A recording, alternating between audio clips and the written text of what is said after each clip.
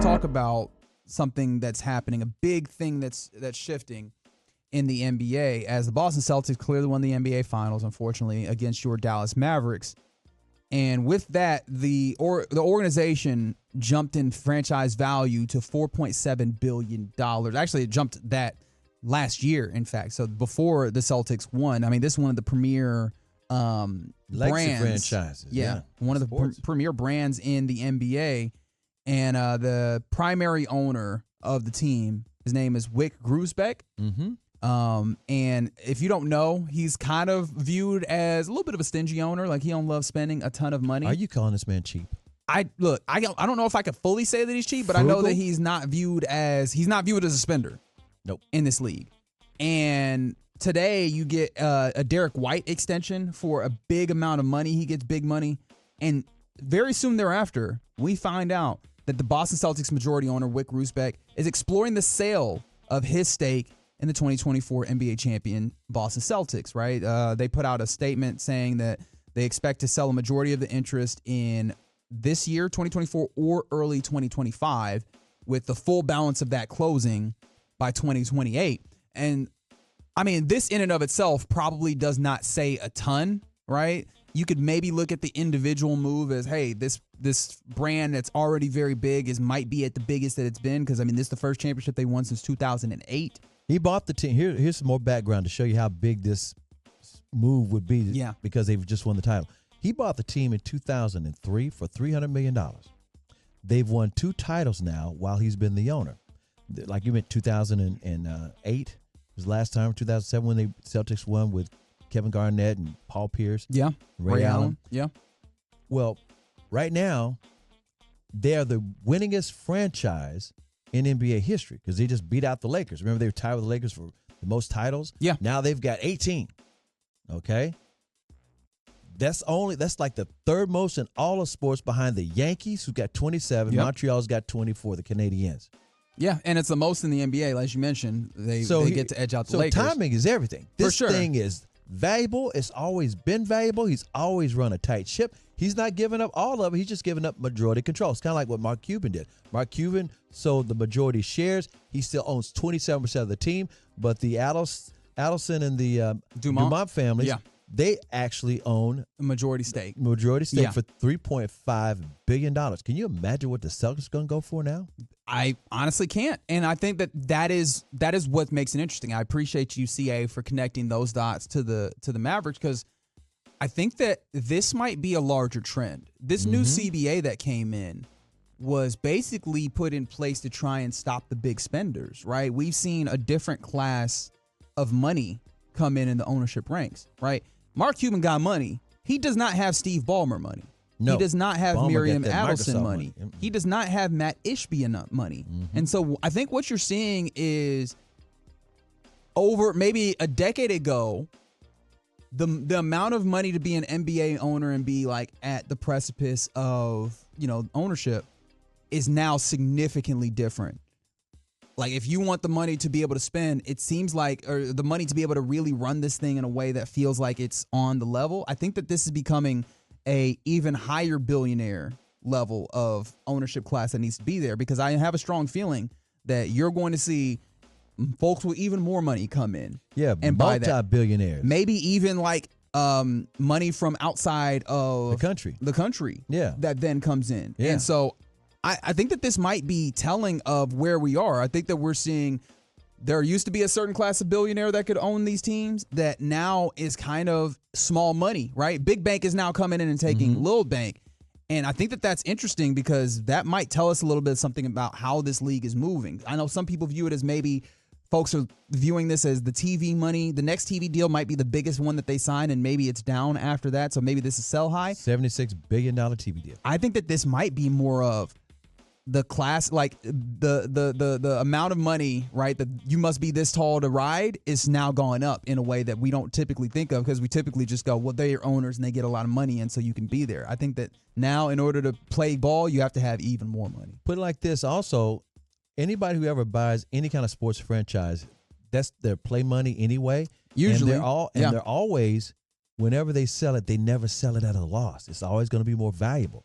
With that being said, one of the reasons Mark Cuban asked the Dumonts and Adelsons to get involved with the Mavericks and on the majority share was he felt like you just cannot count on just the TV revenue.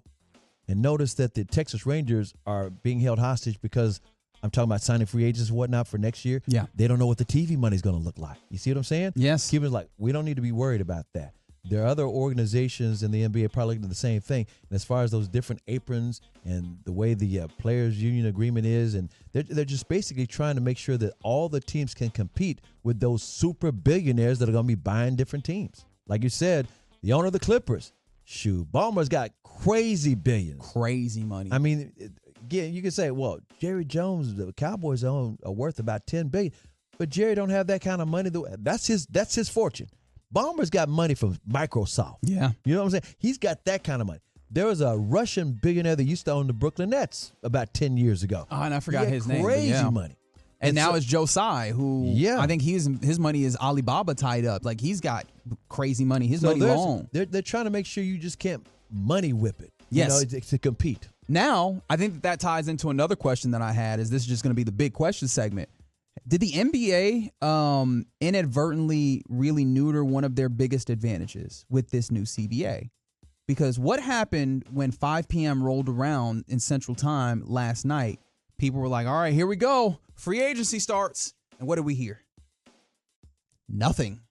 Right? Like, free agency, the player movement in the NBA has become a big ticket of one of the entertainment values of it. Is just there's going to be excitement and there's going to be player movement. When ESPN was doing the coverage, they had nothing to talk about for a whole hour. And that was the length of the show that they had. They signed off without really having anything major to talk about at that point.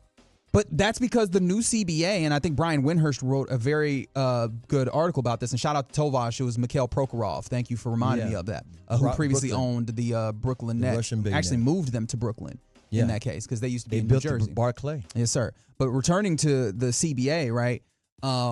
Right, like this. What was I at? No, yeah, like player movement and this thing. These are the things that have gotten to a place where this time of year could honestly be almost viewed as the NBA's time because there'd be movement. But with the new CBA, they're trying to cap some of the big spenders, but the ways that they're doing that have made it so prohibitive for some of the teams at the very top to keep spending money, to keep doing these things. And that's kind of the idea, right? However, some teams can't trade with each other because of they're going to get hard capped and their future draft assets might be taken from them. And so you were kind of losing some of the luster of this time of year. Okay, so what they're looking at, the luster is always exciting for the fan base. Yes. But at the expense of competitive balance. Because in their perfect world, the way other sports look at it, the NFL's got a perfect model where anybody has a chance to win a Super Bowl. Yeah, parity. It's a we used to be 8-8 league. It's a 9-8 league. Yeah. An 8-9 league. That's right. It's like they all fall to the mean, which means everybody has a shot to win a Super Bowl. The NBA, they like the fact that they've had 6 different NBA champions in a row. Yeah. That's unheard of since the 1970s, but it makes all teams feel like they have a chance. Well, if you just let the, under the table deals all of a sudden get exposed at the first day, it's like, well, all those things were already worked out days ahead of time. That's not good business. It may not be as sexy for the viewers or the followers or the fans, but you want to have competitive balance. You want Oklahoma City and Minnesota and those smaller markets, Sacramento, to have a good chance to win a title. Denver to win a title. Yeah. Not just the Celtics, not just the Lakers, not just Cleveland and Golden State every year. But here's the question that I then bring up there, because I think that's a good point, Sia. I don't want to say that it's a bad point. The question I bring up is that how much does that really shift with this? Because they already are still having these instances where they're trying to gin up interest during the regular season. And the playoffs, the postseason seems to exist as the postseason regardless of if there's different markets involved in this. I don't know necessarily, because that's something they still tried to implement the in-season tournament in the midst of, hey, we're trying to induce parity in these things, but we still need to make sure that people are involved. Well, one thing about it is they're having to have people consume their product completely different than just watching a full game. Yeah. It's not about TV ratings overall. It's also about clicks. It's also about views. It's also about different streaming services. There's just, it's this day and age of instant gratification, and it goes for baseball as well. The NFL which is a perfect product to watch because you got every down, you got 30 seconds or more where you can multitask and then look up and watch another play. And all of a sudden, you've got TV ratings. At the same time, the NFL is smart enough to also have streaming rights. So with all those things being said, the NBA is saying, you know what, we want eyeballs to watch us before Christmas because guess what? Yeah. The NFL is actually doing on Christmas Day football games as well. Yeah. So look, I don't know if that's even like necessarily a bad thing, the idea that you're having less excitement on day one of free agency, but we're really early into the new CBA, and I mean, we don't know exactly what kind of consequences it'll have all the way around. I know I saw a lot of jokes, and they were indeed jokes of like CJ McCollum, who was I think he still is the president of the NBA Players Association.